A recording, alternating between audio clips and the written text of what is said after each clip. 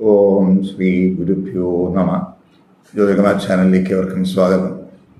ഇന്ന് ഞാൻ ചർച്ച ചെയ്യുന്നത് 2026 ഏപ്രിൽ മാസഫലം ഇടവക്കുറുകാർക്കും ഇടവ ലഗ്നക്കാർക്കും എങ്ങനെയാകും എന്നുള്ളതിനെ പറ്റിയാണ്. അതായത് കാർത്തിക നക്ഷത്രത്തിൻ്റെ അവസാനത്തെ 3 പാദം, രോഹിണി, മകയിര നക്ഷത്രത്തിൻ്റെ ആദ്യത്തെ 2 പാദത്തിൽ പെടുന്നവർക്ക് ഏപ്രിൽ മാസത്തെ ഫലം എങ്ങനെയാകും എന്നുള്ളതാണ് ചർച്ച ചെയ്യുന്നത്. അപ്പോൾ നമ്മൾ ഈ പൊതുഫലം ചർച്ച ചെയ്യുന്നതിന് മുമ്പ് ഏപ്രിൽ മാസത്തിൽ ഈ ഇടവക്കുറുകാർക്കും ഇടവലഗ്നക്കാർക്കും എങ്ങനെയാണ് ഗ്രഹസ്ഥിതി എന്ന് നോക്കാം. ഇപ്പോൾ ജന്മലഗ്ന രാശ്യാധിപൻ എന്ന് പറയുന്ന ശുക്രനാണ്. ആ ശുക്രൻ ഏപ്രിൽ 19-ന് അതിപ്പോൾ 12-ൽ സഞ്ചരിക്കുകയാണ്. ഏപ്രിൽ 19-ന് 12-ൽ നിന്നും ജന്മരാശിയിലേക്ക് ആ ശുക്രൻ രാശി മാറുന്നു. സൂര്യൻ ഏപ്രിൽ 14-ന് 11-ൽ നിന്നും 12-ലേക്ക് മാറുന്നു. ചൊവ്വ 11-ലേക്ക് രാശി മാറുന്നു. അതുപോലെ ബുധൻ ഏപ്രിൽ 11-ന് 10-ൽ നിന്നും 11-ലേക്ക് രാശി മാറുന്നു. 30-ന് ബുധൻ 12-ലേക്കും രാശി മാറുന്നുണ്ട്. ഗുരു ഇപ്പോൾ 2-ൽ സഞ്ചരിക്കുകയാണ്. ശനിയാണെങ്കിൽ 11-ൽ സഞ്ചരിക്കുകയാണ്.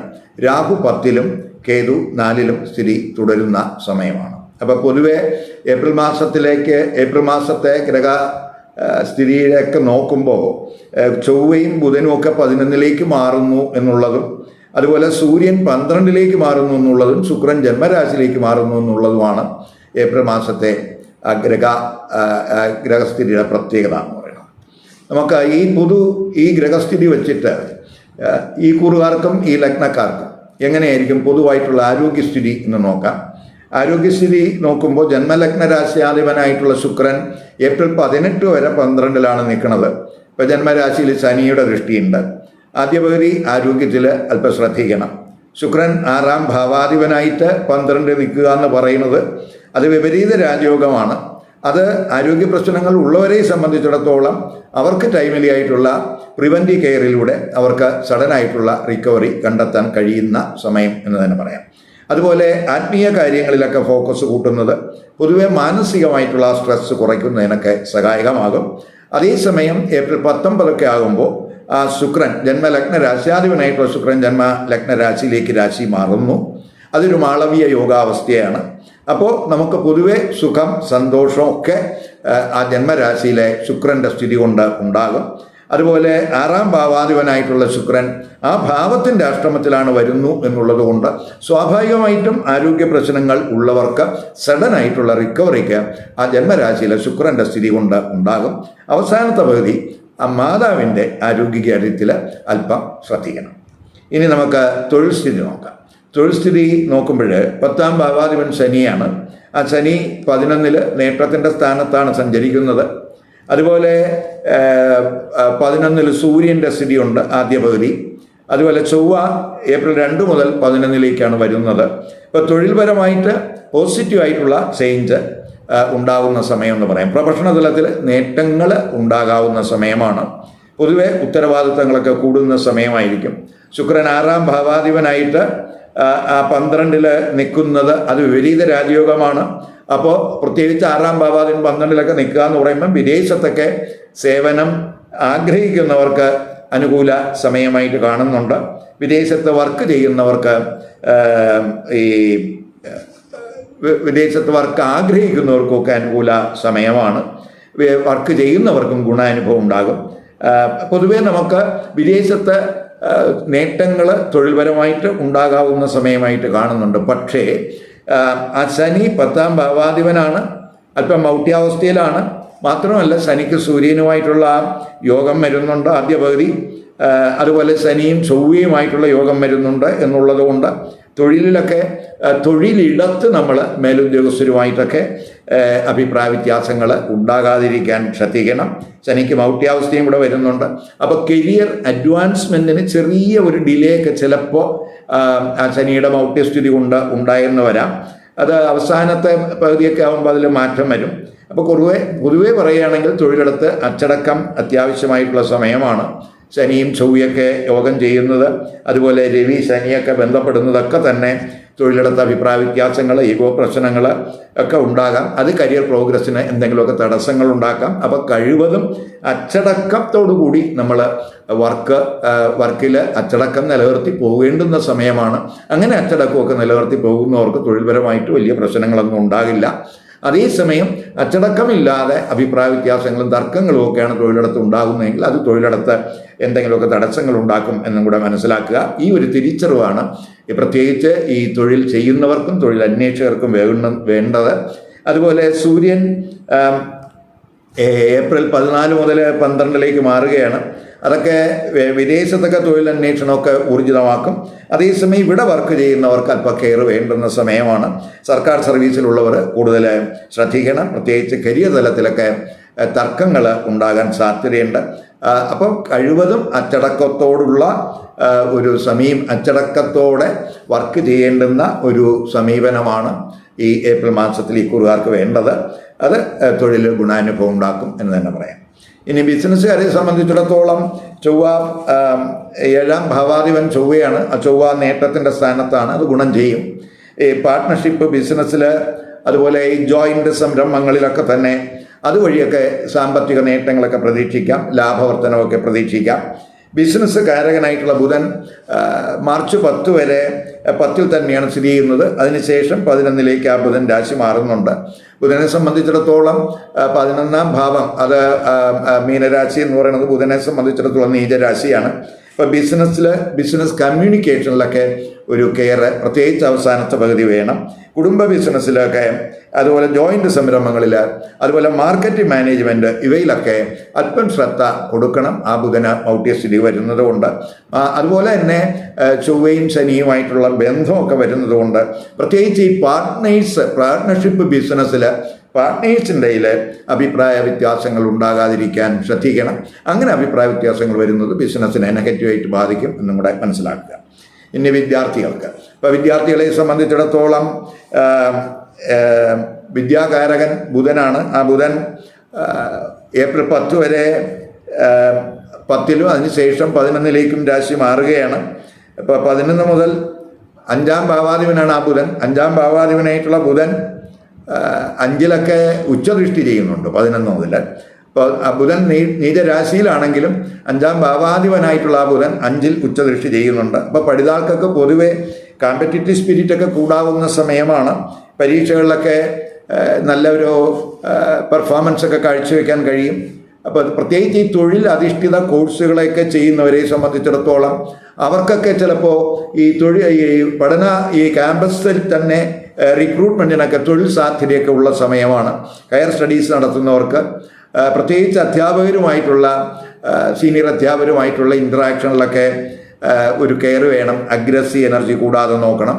അതുപോലെ 9ാം ഭാവാധിപനെയുള്ള ശനിക്ക് ചൊവ്വയുമായിട്ടൊക്കെ യോഗമുള്ളത് കൊണ്ട്, അതുപോലെ ബുധൻ 11 മുതൽ നീചരാശിയിലേക്ക് വരുന്നു എന്നുള്ളത് കൊണ്ട്, പ്രത്യേകിച്ച് നമ്മൾ ഈ ഗ്രൂപ്പായിട്ടൊക്കെ ചർച്ചയിലൊക്കെ പങ്കെടുക്കുന്നവർ, സെമിനാറുകളിലൊക്കെ പങ്കെടുക്കുന്നവർ, അവിടെയൊക്കെ അവർ കമ്മ്യൂണിക്കേഷനിൽ അല്പം ശ്രദ്ധ കൊടുത്ത് പോകണം.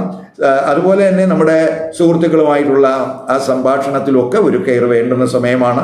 പുതിയ കോഴ്സിലൊക്കെ അഡ്മിഷൻ ആഗ്രഹിക്കുന്നവർക്കൊക്കെ പൊതുവെ അത് സാധ്യമാകുന്ന സമയമായിട്ടും കൂടെ കാണുന്നുണ്ട്. ഇനി നമുക്ക് ധനസ്ഥിതി നോക്കുമ്പോൾ 11ാം ഭാവാധിപൻ ഗുരുവാണ്. ആ ഗുരു ധനസ്ഥാനത്താണ് ഇപ്പോൾ നിൽക്കുന്നത്, 2ൽ സഞ്ചരിക്കുകയാണ്. അതുപോലെ ഈ ധനഭാവാധിപനായിട്ടുള്ള ബുധനാണെങ്കിൽ ഏപ്രിൽ 10 വരെ ഭാവത്തിൻ്റെ ഭാഗ്യസ്ഥാനത്താണ് സഞ്ചരിക്കുന്നത്. അപ്പോൾ അതൊക്കെ നമുക്ക് സാമ്പത്തിക നേട്ടത്തിനും സമ്പാദ്യ വർധനവിനുമൊക്കെ സഹായകമാണ്. 11 മുതൽ ആ 2ാം ഭാവാധിപനായിട്ടുള്ള ബുധൻ ഗുരുവിൻ്റെ രാശിയിലേക്ക് വരികയാണ്. അതായത് 11ലേക്ക് വരികയാണ്, നീചരാശിയിലേക്ക് വരികയാണ്. നീചരാശ്യാധിപനായിട്ടുള്ള ഗുരു ധനസ്ഥാനത്ത് നിൽക്കുന്ന സമയം കൂടിയാണ്. അവിടെ ആ 2ാം ഭാവാധിപൻ 11ാം ഭാവരാശിയിലും 11ാം ഭാവാധിപൻ 2ാം ഭാവം, അങ്ങനെ ആ ബുധനും ഗുരുവും ഒക്കെ രാശി പരിവർത്തനം ചെയ്ത് നിൽക്കുന്ന സമയമാണ്. രാശികൾ പരിവർത്തനം ചെയ്ത് നിൽക്കുന്ന സമയമാണ്. അത് പൊതുവെ ഗുണം ചെയ്യും. ബുധന് നീചസ്ഥിതി വരികയാണെങ്കിലും അത് പരിഹരിക്കുന്നതിന് ഈ രാശി പരിവർത്തനം സഹായകമാണ്.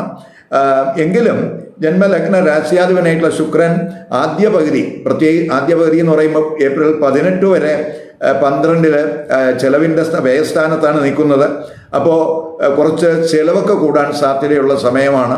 പ്രത്യേകിച്ച് 18 വരെ ജന്മലഗ്ന രാശിയോധൻ 12 നിൽക്കുമ്പോൾ സുഖച്ചെലവൊക്കെ കൂടാൻ സാധ്യതയുണ്ട്. അതേസമയം 19 മുതൽ ആ ശുക്രൻ ജന്മരാശിയിലേക്ക് രാശി മാറുകയാണ്. അത് മാളവ്യ യോഗാവസ്ഥയാണ്. അത് സാമ്പത്തികമായിട്ട് നമുക്ക് സൗഭാഗ്യങ്ങളൊക്കെ ഉണ്ടാക്കുന്ന സമയമായിരിക്കും. പലതരത്തിലുള്ള സുഖാനുഭവങ്ങളൊക്കെ നമുക്കുണ്ടാകും. കടബാധ്യതയൊക്കെ കുറയ്ക്കുന്നതിന് കഴിയും. പ്രത്യേകിച്ച് 6ാം ഭാവാധിപനായ ശുക്രൻ ഭാവത്തിൻ്റെ അഷ്ടമത്തിൽ ആണ് ആ ജന്മരാശിയിൽ നിൽക്കുന്നത്. അപ്പോൾ പൊതുവേ നമുക്ക് കടബാധ്യത കുറയ്ക്കാൻ കഴിയും. വ്യവഹാരം വഴിയൊക്കെ നേട്ടങ്ങൾ ഉണ്ടാക്കാൻ കഴിയും. അതുപോലെ സ്പെക്കുലേറ്റീവ് ബിസിനസ് വഴി നേട്ടങ്ങൾ ഉണ്ടാക്കാൻ കഴിയും. അപ്പോൾ പൊതുവെ ആദ്യ പകുതിയൊക്കെ റിയൽ എസ്റ്റേറ്റ് ബിസിനസ്സുകാരെ സംബന്ധിച്ചിടത്തോളം അവർക്കും സാമ്പത്തികമായിട്ട് ഗുണാനുഭവം ഉണ്ടാകുന്ന സമയമായിട്ട് കാണുന്നുണ്ട്. പ്രത്യേകിച്ച് 4ാം ഭാവാധിപനായിട്ടുള്ള സൂര്യൻ 11 നിൽക്കുന്ന സമയമാണ്. ഇനി നമുക്ക് വിവാഹം, ദാമ്പത്യബന്ധം, കുടുംബജീവിതം എങ്ങനെ നോക്കാം. 7ാം ഭാവാധിപനായിട്ടുള്ള ചൊവ്വ 11 നിൽക്കുന്നത് വിവാഹ ആലോചനകൾക്ക് സാധ്യത കാണിക്കുന്നുണ്ട്. അതിന് അനുകൂല സമയമാണ്. അതുപോലെ ഈ 7ാം ഭാവാധിപനായിട്ടുള്ള ചൊവ്വയ്ക്ക് ശനിയുമായിട്ടും സൂര്യനുമായിട്ടൊക്കെ ബന്ധം വരുന്നു. അപ്പോൾ അത് ചിലപ്പോൾ ആലോചനകൾക്കൊരു വേഗത കുറയാം, അല്ലെങ്കിൽ ആലോചനയിൽ എന്തെങ്കിലുമൊക്കെ അഭിപ്രായ വ്യത്യാസങ്ങൾ ചിലപ്പോൾ ഉണ്ടാക്കാം. അത് ജീവിത പങ്കാളിയൊക്കെ സെലക്ട് ചെയ്യുന്നതിലൊക്കെ ഒരു ശ്രദ്ധ കൊടുക്കേണ്ടതായിട്ട് കാണിക്കുന്നുണ്ട്. അതുപോലെ കമിതാക്കളെ സംബന്ധിച്ചിടത്തോളം 5ാം ഭാവാധിപൻ്റെ ബുധൻ ഏപ്രിൽ 10 വരെ പ്രത്യേകിച്ച് അത് 10ലാണ് സഞ്ചരിക്കുന്നത്. അത് ഗുണാനുഭവം ഉണ്ടാക്കും. അത് കഴിഞ്ഞാൽ ബുധൻ 11ലാണ് എങ്കിലും നീചരാശിയിലേക്കാണ് ആ ബുധൻ്റെ രാശിമാറ്റം വരുന്നത്. അപ്പം മാത്രമല്ല ഈ 5ാം ഭാവാധിപനായിട്ടുള്ള ബുധൻ, ശനി, ചൊവ്വ, അതുപോലെ സൂര്യനുമായിട്ടൊക്കെ ഒരു ബന്ധമൊക്കെ അവിടെ വരുന്നുണ്ട്. അപ്പോൾ അത് കമിതാക്കൾക്കിടയിൽ ചിലപ്പോൾ എന്തെങ്കിലും ഭിന്നത, ഈഗോ റിലേറ്റഡ് ആയിട്ടുള്ള ഇഷ്യൂസൊക്കെ ഉണ്ടാക്കാൻ സാധ്യത കാണിക്കുന്നുണ്ട്. അഭിപ്രായ വ്യത്യാസങ്ങൾ ഉണ്ടാക്കാം. അപ്പം അവിടെ ഈ കമിതാക്കൾ ശ്രദ്ധ കൊടുത്ത് പോകേണ്ടുന്ന സമയമാണ്. ഇനി ദാമ്പത്യ ബന്ധത്തിലോട്ട് വരുമ്പോൾ 7ാം ഭാവാധിപനായിട്ടുള്ള ചൊവ്വ 11 നിൽക്കുന്നത് പ്രത്യേകിച്ച് ജീവിത പങ്കാളി വഴിയൊക്കെ എന്തെങ്കിലുമൊക്കെ നേട്ടങ്ങളൊക്കെ ഉണ്ടാകാവുന്ന സമയമാണ്. എങ്കിലും 7ാം ഭാവാധിപനായിട്ടുള്ള ചൊവ്വയ്ക്ക് ശനിയുമായിട്ടും സൂര്യനുമായിട്ടൊക്കെ ഒരു ബന്ധം വരുമ്പോൾ പ്രത്യേകിച്ച് ഈഗോ പ്രശ്നങ്ങൾ ദമ്പതിമാരുടെ ഭാഗത്തുണ്ടാകാൻ സാധ്യതയുണ്ട്. ശനി ചൊവ്വ ബന്ധം വരുമ്പോൾ ഒരു അഭിപ്രായ വ്യത്യാസം, മാനസിക സംഘർഷങ്ങളൊക്കെ നമുക്കുണ്ടാകാം. അപ്പോൾ അതുകൊണ്ട് അവിടെ ദമ്പതിമാർ ശ്രദ്ധ കൊടുക്കേണ്ടുന്ന സമയമാണ്. 11ലാണ് നിൽക്കുന്നത് എങ്കിൽ തന്നെയും ഈ ഗ്രഹങ്ങൾ ശത്രുഗ്രഹങ്ങളായതുകൊണ്ട് നമുക്ക് അവിടെ ഒരു ശ്രദ്ധ വേണം. അതുപോലെ തന്നെ അപ്പോൾ റിലേഷൻഷിപ്പ് അത്രത്തോളം സുഖകരമാകണമെന്നില്ല എന്ന് തന്നെ അതുകൊണ്ട് സൂചിപ്പിക്കാം. 19 മുതൽ ശുക്രൻ ജന്മരാശിയിലേക്ക് മാറുന്നുണ്ട്. അത് മാളവീയ യോഗാവസ്ഥയാണ്. മാത്രമല്ല ആ ശുക്രൻ 7ലേക്കൊക്കെ ദൃഷ്ടിയും ചെയ്യുന്നുണ്ട്. അതൊക്കെ നമുക്ക് റിലേഷൻഷിപ്പ് സന്തോഷകരമാക്കാൻ സഹായകമാണ്. അവസാനത്തെ പകുതി, ആദ്യ പകുതി സുഖച്ചെലവ് കൂടുന്ന സമയമായിരിക്കും. ദൂരയാത്രകളൊക്കെ ചിലപ്പോൾ ഉണ്ടാകും. ചിലപ്പോൾ ഷോപ്പിങ് അല്ലെങ്കിൽ വിലപിടിപ്പുള്ള എന്തെങ്കിലുമൊക്കെ ഐറ്റങ്ങളൊക്കെ പർച്ചേസ് ചെയ്യാനുള്ള ഒരു പ്രവണതയൊക്കെ ആദ്യത്തെ പകുതി ഉണ്ടാകാം. പ്രത്യേകിച്ച് 18 വരെ ശുക്രൻ 12ലാണ് നിൽക്കുന്നത്. അതൊക്കെ നമുക്ക് ഇത് ചെലവ് കൂടാൻ സാധ്യതയുണ്ട്. ജന്മലഗ്ന രാശ്യാധിപൻ ശുക്രൻ 12ലാണ്. അപ്പോൾ പൊതുവെ ഒരു ചെലവിൻ്റെ സമയമെന്ന് പറയാം. അതുപോലെ തന്നെ ഈ ചില എതിർലിംഗക്കാരുമായിട്ടുള്ള അസോസിയേഷനിലൊക്കെ ഒരു ശ്രദ്ധ വേണം. അതുപോലെ തന്നെ ചില രഹസ്യബന്ധങ്ങൾ, സീക്രട്ട് അഫയേഴ്സൊക്കെ ഉള്ളവർ വളരെ ശ്രദ്ധിക്കണം. എതിർലിംഗക്കാരുടെയൊക്കെ ട്രാപ്പിലൊക്കെ പെടാതിരിക്കാനൊക്കെ ശ്രദ്ധിക്കണം, പ്രത്യേകിച്ച് ആദ്യത്തെ പകുതി. അതുപോലെ കുടുംബജീവിതത്തിലോട്ട് വരുമ്പോൾ 2ാം ഭാവാധിപനായിട്ടുള്ള ബുധൻ, അതുപോലെ 4ാം ബുധനും അതുപോലെ 4ാം ഭാവാധിപനായിട്ടുള്ള സൂര്യനുമൊക്കെ ആദ്യ പകുതി 10ഉം 11ഉം രാശികളിലാണ് സഞ്ചരിക്കുന്നത്. അത് ഫാമിലിയിൽ ചില നേട്ടങ്ങളൊക്കെ ഉണ്ടാക്കാൻ അത് സഹായകമാണ്. ഫാമിലി ബിസിനസ്, അതുപോലെ കുടുംബ പ്രോപ്പർട്ടി വഴിയൊക്കെ എന്തെങ്കിലുമൊക്കെ നേട്ടങ്ങളൊക്കെ ഉണ്ടാകാൻ സാധ്യതയുണ്ട്. അതേസമയം 2ലൊക്കെ ചൊവ്വയുടെ ദൃഷ്ടിയുണ്ട്. 11 മുതൽ 2ാം ഭാവാധിപനായിട്ടുള്ള ബുധൻ നീചാവസ്ഥയിലേക്ക് വരുന്നുണ്ട്. അതുപോലെ തന്നെ കുടുംബാംഗങ്ങളുമായിട്ടുള്ള അങ്ങനെ 2ാം ഭാവാധിപന് ഒരു നീചാവസ്ഥയൊക്കെ വരിക എന്ന് പറയുമ്പോൾ അവിടെ നമുക്ക് കമ്മ്യൂണിക്കേഷനിലൊക്കെ ഒരു കെയർ വേണം. അതുപോലെ 4-ാം ഭാവാധിപനായിട്ടുള്ള സൂര്യൻ ഏപ്രിൽ 14 മുതൽ 12 ഉച്ചസ്ഥിതനാകുകയാണ്. അതും ഈ ഫാമിലി എക്സ്പെൻസ് ഒക്കെ കൂടാൻ സാധ്യത കാണിക്കുന്നുണ്ട്. ഇപ്പോൾ വീട്, അതുപോലെ വാഹനം, അതുപോലെ മെഡിക്കൽ എക്സ്പെൻസ് ഇവയൊക്കെ ചിലപ്പോൾ ആ സൂര്യൻ്റെ 12 സ്ഥിതി കൊണ്ട് കൂടാൻ സാധ്യതയുണ്ട്. അതേസമയം 4-ാം ഭാവാധിപനായിട്ടുള്ള സൂര്യൻ ഭാവത്തിൻ്റെ പ്രത്യേകിച്ച് ഭാഗ്യസ്ഥാനത്താണ് വരുന്നു എന്നുള്ളത് കൊണ്ട് അത് കുടുംബത്തിൽ എന്തെങ്കിലും ഭാഗ്യ അനുഭവങ്ങൾ ഉണ്ടാകുന്നതിനും സാധ്യത കാണിക്കുന്നുണ്ട്. അതേസമയം നമ്മൾ ഈ ഏപ്രിൽ മാസത്തെ പൊതുവായിട്ടുള്ള സ്ഥിതി നോക്കുമ്പോൾ ചില ദിവസങ്ങൾ, പ്രത്യേകിച്ച് ഏപ്രിൽ 3, 4, 8, 9, 18, 19 ഈ തീയതികൾ ഈ കുറുകാരെ സംബന്ധിച്ചിടത്തോളം അത്രത്തോളം അനുകൂല ദിവസങ്ങൾ അല്ല. അതുകൊണ്ട് ഈ ദിവസങ്ങളിൽ നമുക്ക് പ്രത്യേകിച്ച് ശുഭകർമ്മങ്ങൾ കഴിവതും ഒഴിവാക്കണം. അതുപോലെ പുതിയ എന്തെങ്കിലും സംരംഭങ്ങൾ തുടങ്ങാൻ ആഗ്രഹിക്കുന്നവരും ഈ ദിവസങ്ങളിൽ അത് മാറ്റിവെക്കണം. അതുപോലെ നമ്മൾ പ്രധാനപ്പെട്ട എന്തെങ്കിലും തീരുമാനങ്ങളും ഈ ദിവസങ്ങളിൽ എടുക്കാതിരിക്കാൻ ഈ കുറുകാർ ശ്രദ്ധിക്കണം. അപ്പം ഇവിടെ പറഞ്ഞതെല്ലാം തന്നെ ഏപ്രിൽ മാസത്തെ ഗ്രഹസ്ഥിതി അനുസരിച്ച് ഈ ഇടവക്കുറുകാർക്കും ഇടവലഗ്നക്കാർക്കും ഉള്ള ഒരു പൊതുഫലമാണ്. അതേസമയം ഈ കുറുകാർക്ക് ഇപ്പോൾ നടക്കുന്ന ദശ, അപകാരം, ഛിദ്രം അതൊക്കെ ജാതകത്തിൽ ഇഷ്ടസ്ഥാനത്ത് നിൽക്കുന്ന ഗ്രഹങ്ങളുടേതാണോ അല്ലെങ്കിൽ അനിഷ്ടസ്ഥാനത്ത് നിൽക്കുന്ന ഗ്രഹങ്ങളുടേതാണോ എന്നുള്ളതിനനുസരിച്ച് ഈ പൊതുഫലത്തിൽ മാറ്റങ്ങൾ വരും. അതുപോലെ തന്നെ ഈ കുറുകാർക്ക്, പ്രത്യേകിച്ച് ഞാൻ ഇടവക്കൂറുകാർക്കും ഇടവലഗ്നക്കാരുടെയും ഫലമാണ് പറഞ്ഞത്. ഇപ്പോൾ ഇടവക്കൂറുകൾപ്പെടുന്നവർക്ക് ചിലർക്ക് മാത്രമേ ഇടവലഗ്നം വരികയുള്ളൂ, മറ്റുള്ളവർക്ക് വ്യത്യസ്ത ലഗ്നരാശി വരാം. അപ്പോൾ ഇടവക്കൂറിൽപ്പെടുന്ന ഇടവലഗ്നക്കാരല്ലാത്ത മറ്റു ലഗ്നരാശികൾ വന്നിട്ടുള്ളവർ അവരുടെ ലഗ്നരാശി ഏതാണെന്ന് കണ്ട് ആ ലഗ്നരാശിയുമായിട്ട് ബന്ധപ്പെട്ട് പറയുന്ന ഫലം ഈ കൂറിൻ്റെ ഫലത്തോടൊപ്പം കമ്പൈൻ ചെയ്ത് കേട്ടാൽ മാത്രമേ ഏപ്രിൽ മാസത്തെ പൊതുഫലത്തിൻ്റെ കറക്റ്റ് ചിത്രം അവർക്ക് കിട്ടുകയുള്ളൂ. മാത്രമല്ല ഈ കൂറിൻ്റെ ഫലത്തെക്കാളും കൂടുതൽ കൃത്യത എന്ന് പറയുന്നത് ലഗ്നഫലത്തിനാണ് എന്നും കൂടെ മനസ്സിലാക്കുക. ഈ വീഡിയോ ഇഷ്ടപ്പെട്ടുവെങ്കിൽ ലൈക്ക് ചെയ്യുക, ഷെയർ ചെയ്യുക. അതുപോലെ സബ്സ്ക്രൈബ് ചെയ്യാത്തവർ സബ്സ്ക്രൈബ് ചെയ്ത് കാണുക. മറ്റൊരു പുതിയ വിഷയമായി അടുത്ത വീഡിയോയിൽ കാണാം. നമസ്കാരം.